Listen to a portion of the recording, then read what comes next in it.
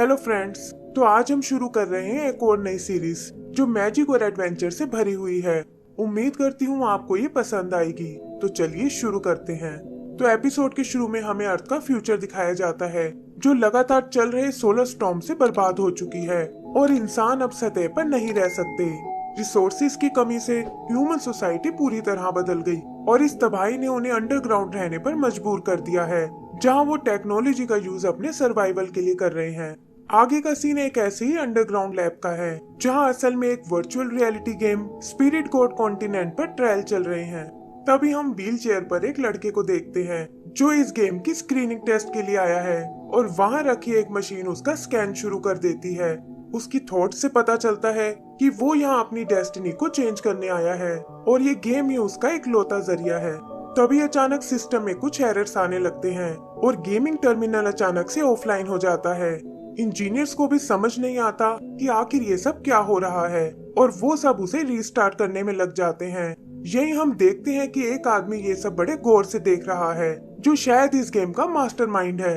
आगे हम फिर से उस व्हीलचेयर वाले लड़के को देखते हैं जो किसी वर्चुअल वर्ल्ड में बेहोश पड़ा हुआ है।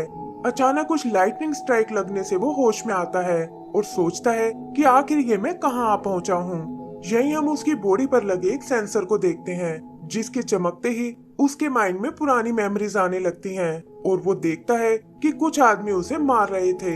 फिर उसे एक लड़की दिखाई देती है जो उसे लिन यी के नाम से पुकारती है और इस तरह उसे अपना नाम याद आता है। इसके अलावा उसकी सारी मेमोरीज बहुत मेस्ड अप है और फिर हम इस वर्चुअल गेम में उसका इंट्रोडक्शन देखते हैं जिसमें लिखा है कि लिन की कल्टीवेशन पावर 0 लेवल की है।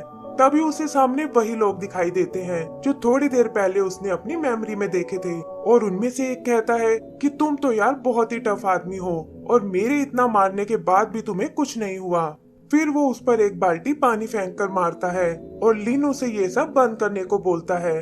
तब वो आदमी उसे कहता है कि तुम मुझसे इस तरह बात नहीं कर सकते क्योंकि हम कल्टीवेशन में तुमसे ऊपर के लेवल पर हैं और तुम तो अभी लेवल 1 पर भी नहीं आए हो। तभी एक दूसरा आदमी आगे आता है जिसने हाथ में एक मशाल पकड़ी हुई है और वो उसे कहता है कि लास्ट टाइम तुम्हें जलने पर बहुत पेन हुआ होगा और बड़े शर्म की बात है कि इस बार भी तुम खुद को नहीं बचा पाओगे।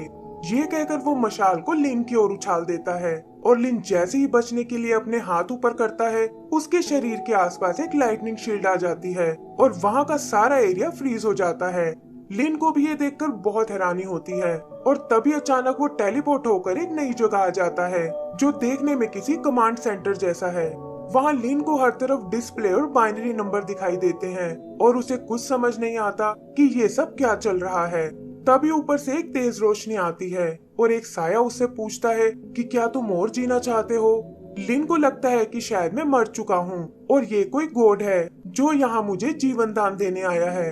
तभी वो साया नीचे उतर कर आता है और पता चलता है कि ये तो एक बोलने वाला फ्रॉग है जो अपना नाम व्हाइट पोनी बताता है और कहता है कि अगर फिर भी तुम चाहो तो मुझे गॉड बुला सकते हो। लिन एक बोलने वाले फ्रॉग को देखकर चौंक जाता है और पूछता है कि आखिर एक जानवर होकर तुम बात कैसे कर सकते हो। ये सुनकर फ्रॉग थोड़ा अग्रेसिव हो जाता है और कहता है कि मैं कोई एनिमल नहीं बल्कि व्हाइट पोनी हूँ और इस गेम में तुम्हें कस्टमर सर्विस देने आया हूँ। फिर वो उसे स्क्रीन पर कुछ स्पिरिचुअल आइटम दिखाता है और लिन की आंखें ये देखकर चमक उठती हैं। तभी उसकी मेमोरी फिर से फ्लैश होने लगती है और वो कहता है कि ना जाने मेरी मेमोरी को क्या हो गया है और मुझे तो मेरे नाम के अलावा कुछ नहीं पता। तब व्हाइट पोनी उससे कहता है कि तुम्हारी आइडेंटिटी से कोई फर्क नहीं पड़ता और इम्पोर्टेंट तो ये है कि तुम स्ट्रॉन्ग बनना चाहते हो या नहीं। लिन भी हाँ में सिर हिलाने लगता है और तब पोनी उसे बताता है कि गेम में तुम्हारी कल्टीवेशन को मॉनिटर किया जाता है जिसके टोटल 9 लेवल हैं और हर लेवल 3 सेक्शंस में बटा है और जैसे जैसे तुम आगे बढ़ते जाओगे तुम्हारी ताकत बढ़ती जाएगी। लिन भी ये सुनकर एक्साइटेड हो जाता है और तब वो लोग उसके स्टैट्स पर नजर डालते हैं। लिन देखता है कि वो हर चीज में 0 है और उसे आगे बढ़ने के लिए बहुत मेहनत करनी होगी। फिर पोनी उसे गेम की करेंसी के बारे में बताता है जिन्हें स्पिरिट स्टोन बुलाते हैं और इन्हें यूज करके वो लेवल्स को जल्दी से पार कर सकता है। इससे वो अपने लिए वेपन्स, एनर्जी और दूसरी स्पेशल आइटम्स खरीद सकता है और तब उसके दुश्मन उसका सामना नहीं कर पाएंगे। लिन भी ये सब अचीव करना चाहता है लेकिन कहता है कि मेरे पास तो ऐसी कोई करेंसी नहीं है। ये सुनकर पोनी एकदम से चुप हो जाता है और कहता है कि तब तो मैं तुम्हारी कोई मदद नहीं कर सकता। लिन को उसका ये एटीट्यूड बिल्कुल पसंद नहीं आता और वो कहता है कि मैं तुम्हारी कस्टमर सर्विस की कंप्लेंट करने वाला हूँ। तब पोनी उसे कहता है कि कंप्लेंट करने की कोई जरूरत नहीं है और क्योंकि तुम नए हो तो चलो मैं तुम्हें एक गिफ्ट देता हूँ। फिर वो अपनी कढ़ाई से एक बॉक्स निकालता है और उस पर क्लिक करते ही लिन को कंप्यूटर की आवाज सुनाई देती है जो बताती है कि ये इस गेम का स्टार्टर पैकेज है, लेकिन इसके लिए तुम्हें 20 पॉइंट्स की जरूरत होगी। लिन पोनी से इन पॉइंट्स के बारे में पूछता है और वो बताता है कि एक स्पिरिट स्टोन 10 पॉइंट्स के बराबर है और इसके लिए तुम्हें 2 स्टोन्स चाहिए। लिन अपनी पॉकेट्स चेक करता है और पोनी सोचता है कि आखिर ये कैसा फटीचर प्लेयर है और काश मुझे कोई रिच क्लाइंट मिला होता ताकि मैं इस महीने का अपना टारगेट पूरा कर सकता। तभी लिन की जेब से 2 स्टोन बाहर गिरते हैं और पोनी खुश होकर उन्हें उठाने में लग जाता है। वो कहता है कि अब तुम इस पैकेज को खोल सकते हो और वापस जाकर उन लोगों को सबक सिखा सकते हो। बॉक्स पर क्लिक करते ही गेम लिन को वापस पहले वाली जगह ले आती है जहाँ सीन अचानक से अनफ्रीज हो जाता है और वो खुद को मशाल के लगने से बचा लेता है।